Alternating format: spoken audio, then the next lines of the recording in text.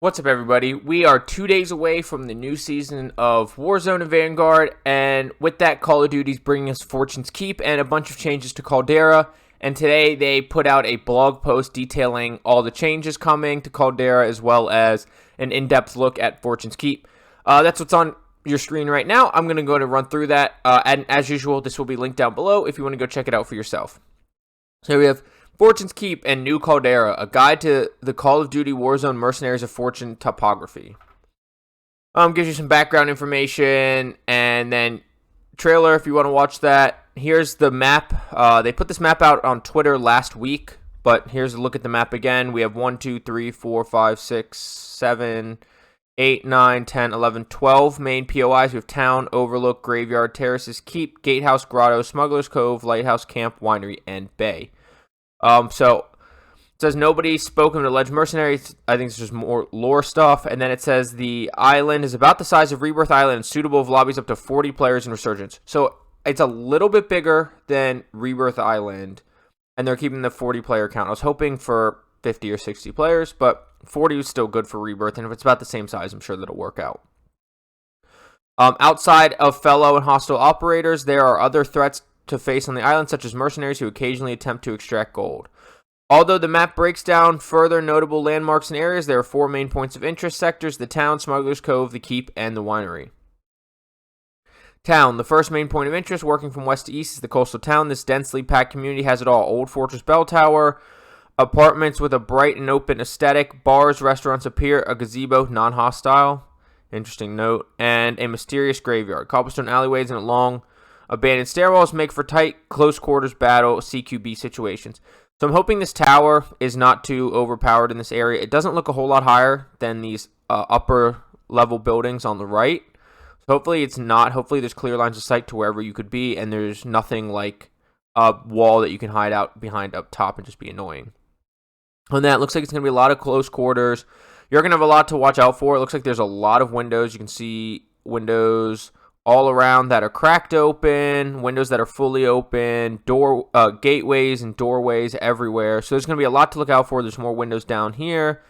So there's going to be a lot to look out for. This is going to definitely be a place where you have to watch your head between the tower and all these tightly packed open buildings.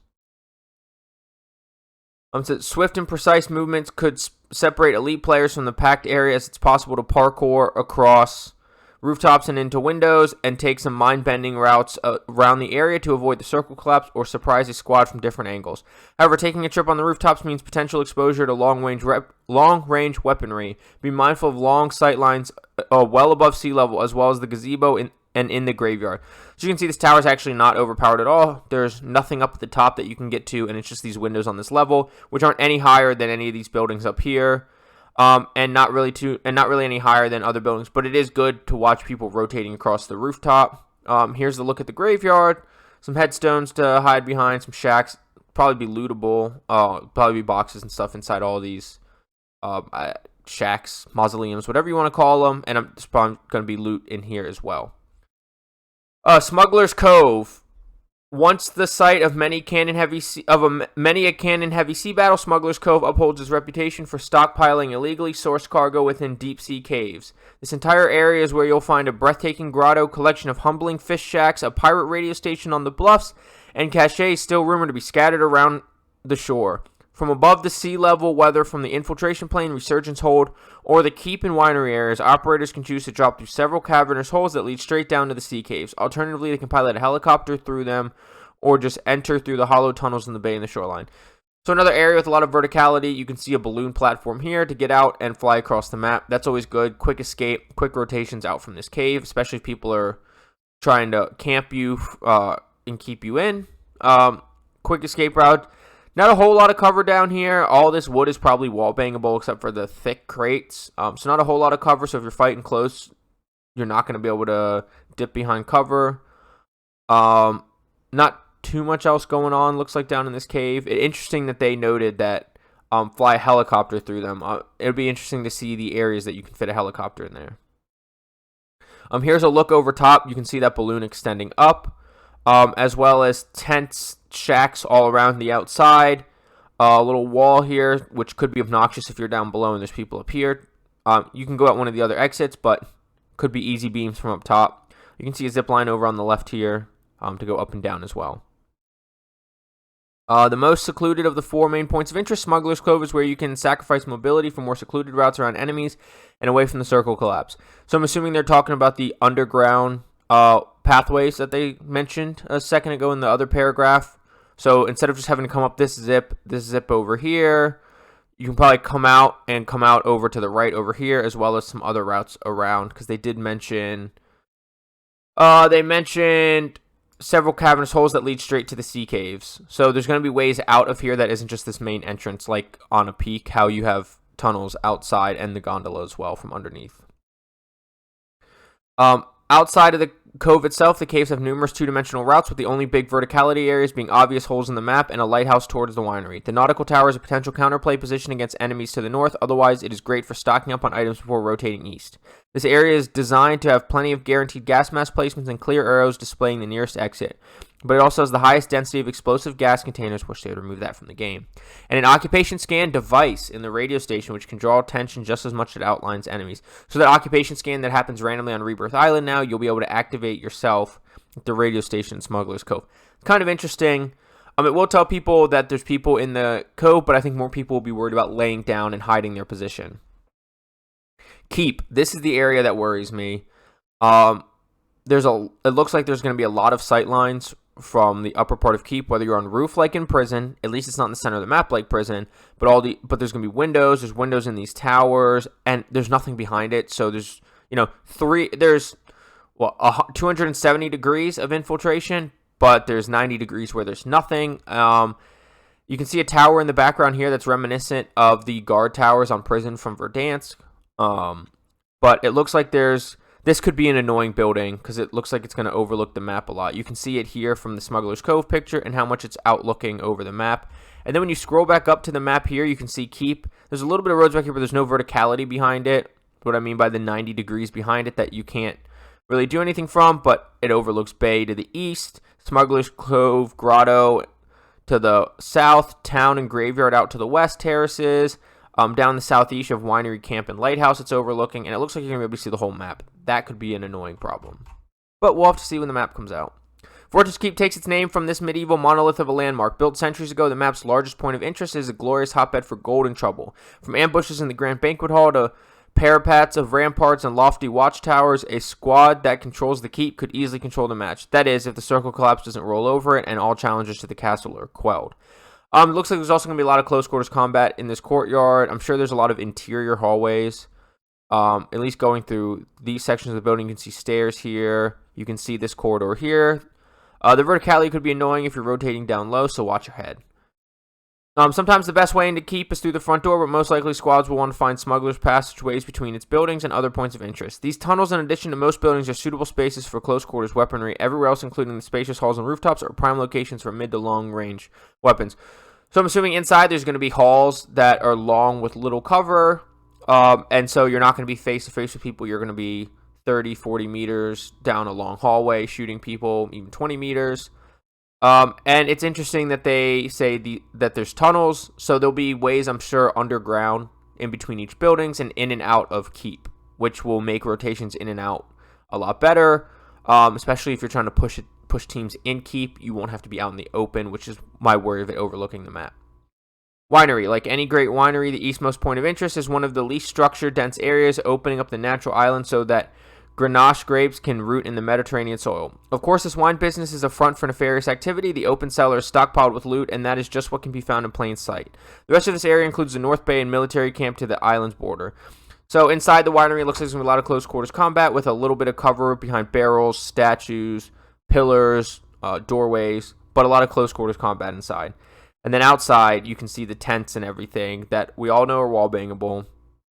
Not sure what this platform's for, but you can see a balloon platform here to rotate out of here and to other parts of the map. And then there's not a whole lot of cover, like I mentioned, it's open. The only non-wall bangable building outside is this little shack over here, this little structure over here. And then all these tents are wall bangable, this watchtower is wall bangable, and then your only non-wall bangable cover are these big storage containers. The area is the only one with access to 2 separate redeployed balloon locations. I only see one in this picture, along with multiple places to set up shop for sniping: the bell tower, rooftops, and the fermentation building. Let's not act like sniping wasn't killed off in their last nerf, because if you don't use the HDR, the ZRG, maybe the AX50, there's just no point, and those are so much slower. At a developer level, High Moon noted that the winery complex mostly follows the 3-lane style traditional level design, several large structures interconnected with hallways and a central courtyard. Love 3-lane design. It's a section of a BR map, not a multiplayer map. I just noticed the heli over here, by the way.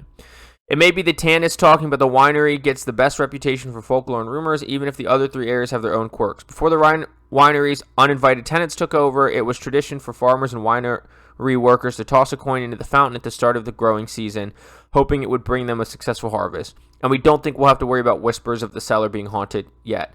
So I'm assuming in October, even though that's when, I guess we're going to get Modern Warfare 2 and not Warzone 2 in October. They'll have a haunting event here. I don't know why they would do that any other time besides Halloween. Fortune's Keep Black Market Supply Run and Cash Extraction Event. And one more picture, you can see a lighthouse here overlooking a decent portion of the map. Ships, shacks, more buildings here. This must be down in, what is that down there? Down in the lighthouse POI here. This new map is built for fast-paced resurgence gameplay. Outside of being a completely new play space, Fortune's Keep features 2 new key additions to Warzone: the Black Market Supply Run contract and the Cash Extraction event. Black Market Supply Run contract, a lucrative yet chancy contract that mixes a supply run with a supply drop. The Black Market Supply brings the mercenaries' powerful black and gold buy station into Fortune's Keep. Meant for mid to late game, this contract will drop a Black Market buy station somewhere on the map after it is accepted. On their map, operators must look for a yellow circle over an infinite snake marker that shrinks as they get closer to the store's location. The store also plays an audio cue that reveals its exact position. After finding the store, the team who activated the contract can exchange their cash for one of many potentially tide-turning items. Afterward, any other squad on the map can use this buy station for a few minutes before it deactivates. The least costly item, at a suggested starting in-game cash price of $500 for Fortune's Keep, is a sequencer grenade, which scrambles the enemy's HUD and distorts audio like an EMP, as well as plays those infamous numbers that from the Sleeper Agent broadcast. Battle Hardened reduces the duration of these effects, and stim ejections immediately counter it. This is annoying. I don't like the EMP stuff. The number things, whatever. I don't like the EMP stuff. It's just, I just don't like the way that could play out. But I guess run Battle Hardened between that and snapshots, or run stims to counter it. Next are a collection of gold-plated redacted weapons. The only secret about them is that they are incredibly rare weapon blueprints. The shotgun and sniper rifle cost less than the SMG, assault rifle, and light machine gun, and all of them have their own uses around the island. So you'll be able to buy the gold-plated shotgun, sniper, SMG, assault rifle, or LMG from this black market. Last are the 3 items that range from mid 4 to 5 figures. A Nebula 5-loaded minigun. Ugh, that just sounds like it's going to be obnoxious. Hopefully it's really expensive. The All-Seeing Foresight, hopefully that's ridiculously expensive.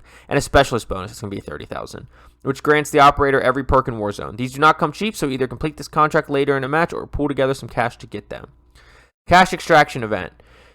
Need cash for that black market or for other reasons? The mercenaries occasionally perform a cash extraction, a public event that may happen multiple times during Fortune's Keep Resurgence. When the event begins, the TAC map will show a flashing gold circle and money bag icon. Simultaneously, a flare fires into the air to signal a helicopter that will repel a black and gold bag down to the extraction site, similar to when a contraband contract happens. Near this bag, a squad of 5 agents, forgot about contraband by the way, non-operator mercenaries will take up positions just before the drop. Operators can eliminate these mercenaries and plunder the bag by interacting with get cash, ammo, armor, and equipment. However, be warned, these mercenaries have multiple reinforcement waves, and that's on top of you not being the only operator in the lobby who may want these rewards. The event is over once the bag is completely empty, the helicopter is destroyed, or enough time has passed. I hate this. There's going to be enough loot, I'm sure, on the map, and I hate introducing any kind of AI. That's just obnoxious, especially waves of them. It's probably going to be something that people ignore, just like anything else AI-driven.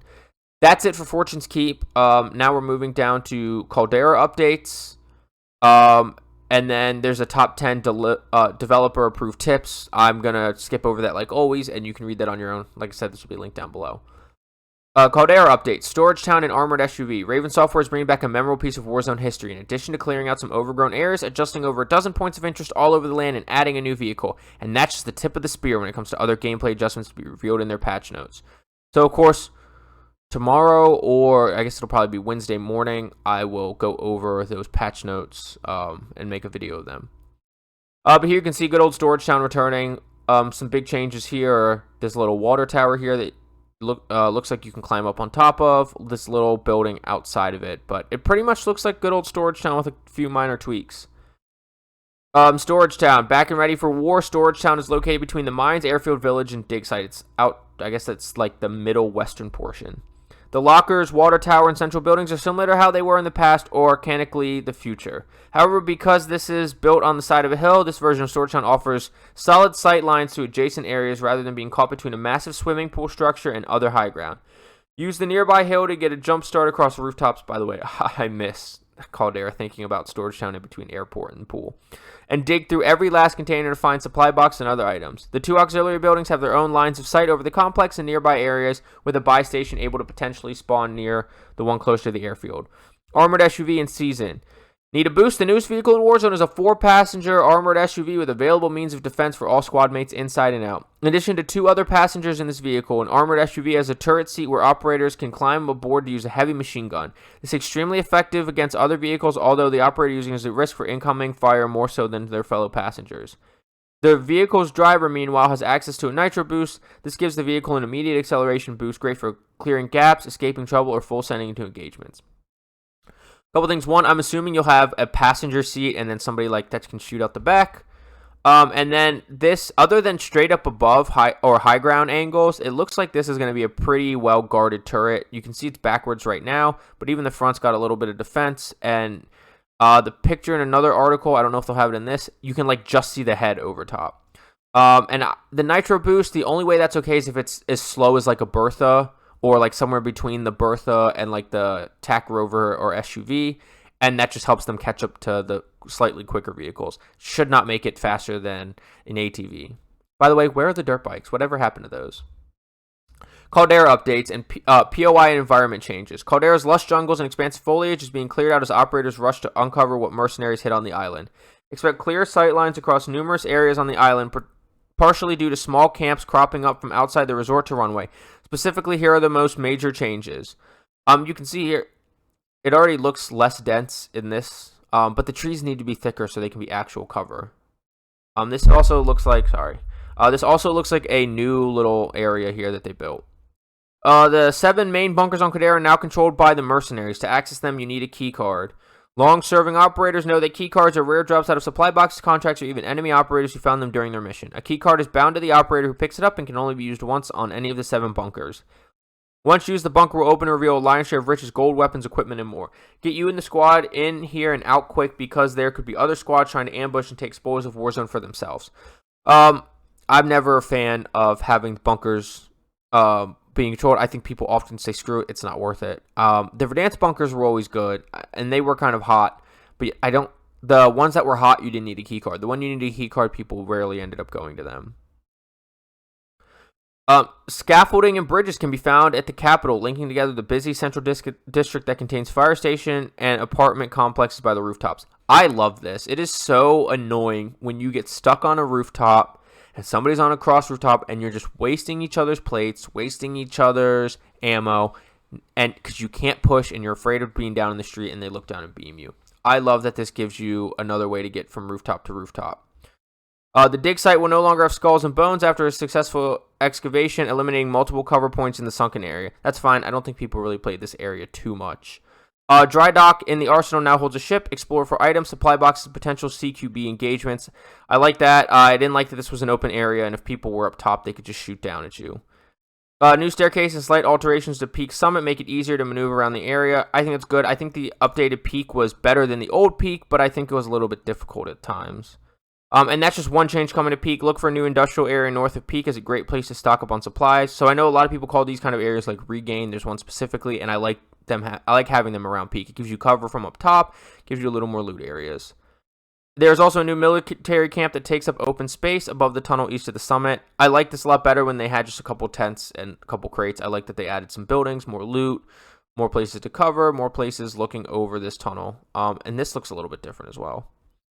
And some deforestation along with green military tents at the gondola station. There's also a new step-like incline from a dried-out riverbed spanning from the gondola up to peak, as well as similar staircase-like rock outcropping leading up to the main station from points northwest. I like that. I know in Caldera they made rock climbing a little bit better, but it's still awful, so I like seeing them put in some natural staircases.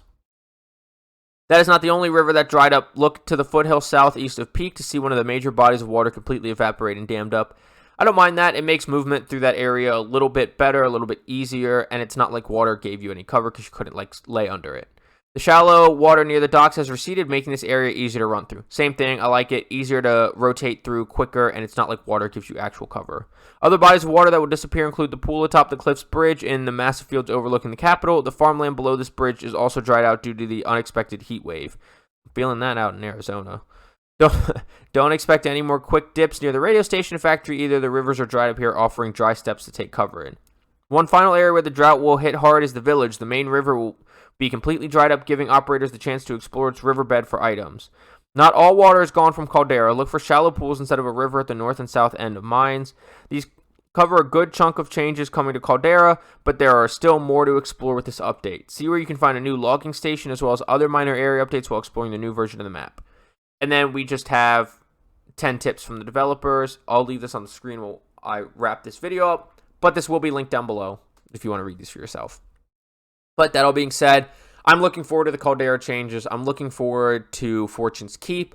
I'm losing my interest a little bit in Warzone, so I'm hoping these re-peak my interest, and I love it like I did just even a few months ago. But thank you for watching. I appreciate you watching this video, whether you skipped around, watch to the end. Thank you for watching. Don't forget to like, subscribe, hit that notification bell so you know when I upload talking about the new patch notes as well as both new weapons. I will have both new weapons videos up by Friday like usual. So keep an eye out for all that. Unless something pops up, it might be Saturday, but then it'll be Saturday morning. So keep an eye out for all that. Notification bell helps for that. Let me know down in the comments what you think of the changes coming to Caldera, about the information on Fortune's Keep. Let me know what you think down below. And along with the blog post linked in my description, I will also have all my social medias.